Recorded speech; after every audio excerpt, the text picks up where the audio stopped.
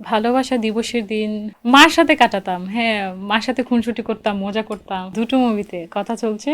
উম, আজ মন চেয়েছে আমি হারিয়ে যাব, হারিয়ে যাব আমি তোমার সাথে।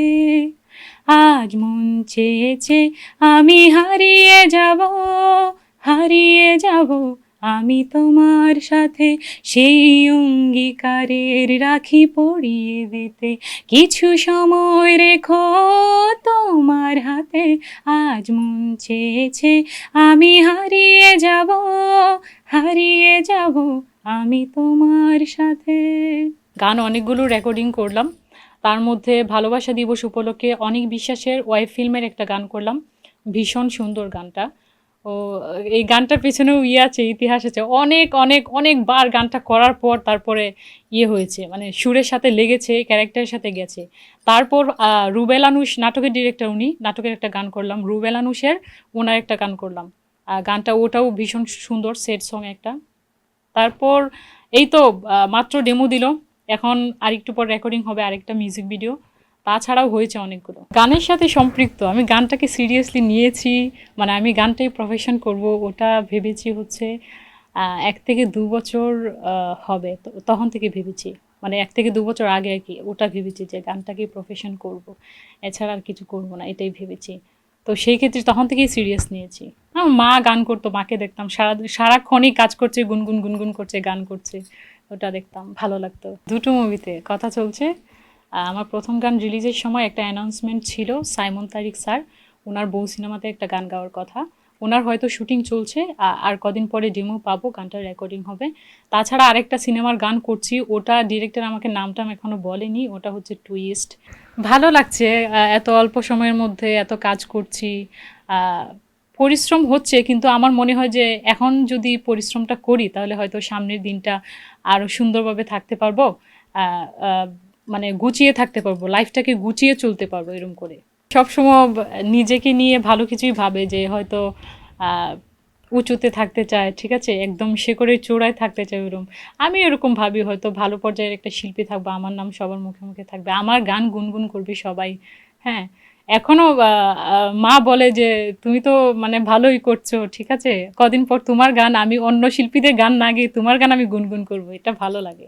পারিবারিক দিক থেকে তো সাপোর্ট পাচ্ছি, তার থেকে বড় কথা হচ্ছে আমার যে আহ, আমি কিন্তু আমার স্কুল পর্যন্ত কিন্তু আমি মফস্বলে বড় হয়েছি। তো সেই ক্ষেত্রে ওরা যে আমাকে দেখছে ওখান থেকে, এখন ওখানে থাকা হয় না, ওরা যে দেখছে, আমাকে দেখছে, তারপর জানাচ্ছে হ্যাঁ এরকম গান করছে, ভালো কিছু ভালো পর্যায়ে গেছে। আগেই জানতাম ও ভালো কোনো কিছু করবে। আগে থেকে আমি তো গান গাইতাম, ছোট থেকেই গান গাইতাম, দেখতো স্কুলে, অতটুকু থেকে গান গাইতাম, এখন এতটুকু হয়েছি।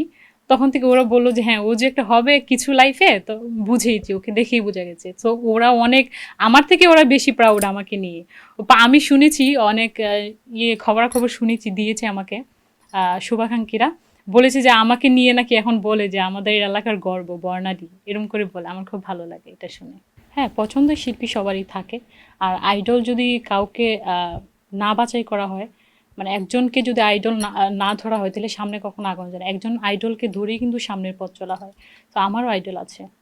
আমার লতা মঙ্গেশকর ম্যাম, ওনার গান প্রচুর শোনা হয়। আমি ভীষণই ব্যাকডেটেড, ওই পুরোনো দিনের গান আমি শুনি, কানে ইয়ারপড দিয়ে হেডফোন লাগিয়ে সারাক্ষণই শুনি, দেখি ওগুলো। ওগুলো থেকে আমার মনে হয় যে ওনারা যে যেভাবে গাইতেন, যেভাবে গলায় কাজ দিতেন, আমার কাছে মনে হয় না এখনকার জেনারেশনের শিল্পীরা অথবা আমরা জীবনেও দিতে পারবো। তবুও চেষ্টা করে যাব। পরিকল্পনা কি, কাজ করছি প্রচুর, এখন বিশ্রামের সময় নেই, প্রচুর কাজ করছি, ঠিক আছে। আর এটাই, এই ইন্টারভিউটা যদি আমার মা দেখে আমাকে বলবে যে তুমি নাকি আরামে আছো, তুমি করছো, খাচ্ছ দাচ্ছ, একটু একটু কাজ করছো, এখন এত এত কেন তোমার ব্যস্ত। ভালোবাসা দিবসের দিন মার সাথে কাটাতাম। হ্যাঁ, মার সাথে খুনসুটি করতাম, মজা করতাম, হ্যাঁ এরকম, মাকে জ্বালাতাম আর কি। তো মা ওগুলো প্রশ্রয় দিত আমাকে, এরকম করতাম। তারপরে বিকেলে হয়তো একটু পার্কে টার্কে যেতাম, একটু বাদাম খেতাম, ফুল নিয়ে বসতাম, এরকমই। বাচ্চা দেখলে বাচ্চাকে ডাক দিতাম, তাকে ফুল দিতাম, হ্যাঁ এরকমই। না না না, এখনো নেই, এখনো হয়নি। নাই কেন, কারণটা কি, এখন কেরিয়ারে ফোকাস করার সময়। সো ওগুলো নিয়ে এখন কথা বলা ঠিক না। ছোটবেলা না, যখন স্কুল কলেজে থাকতাম তখন পেতাম, ভালো লাগতো।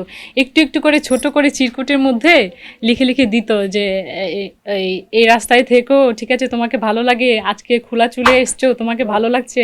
তো আগের কথাগুলো মনে পড়ে, আগের সব কিছু স্মৃতিগুলো মনে পড়ে। এখন তো প্রপোজ কি, মেসেঞ্জারে হোয়াটসঅ্যাপে সারাদিন ঢুকে এটা বলছে যে হ্যাঁ ঠিক আছে ঠিক আছে পছন্দ করি, এটা তো এটাকে আসলে বলে না প্রপোজ।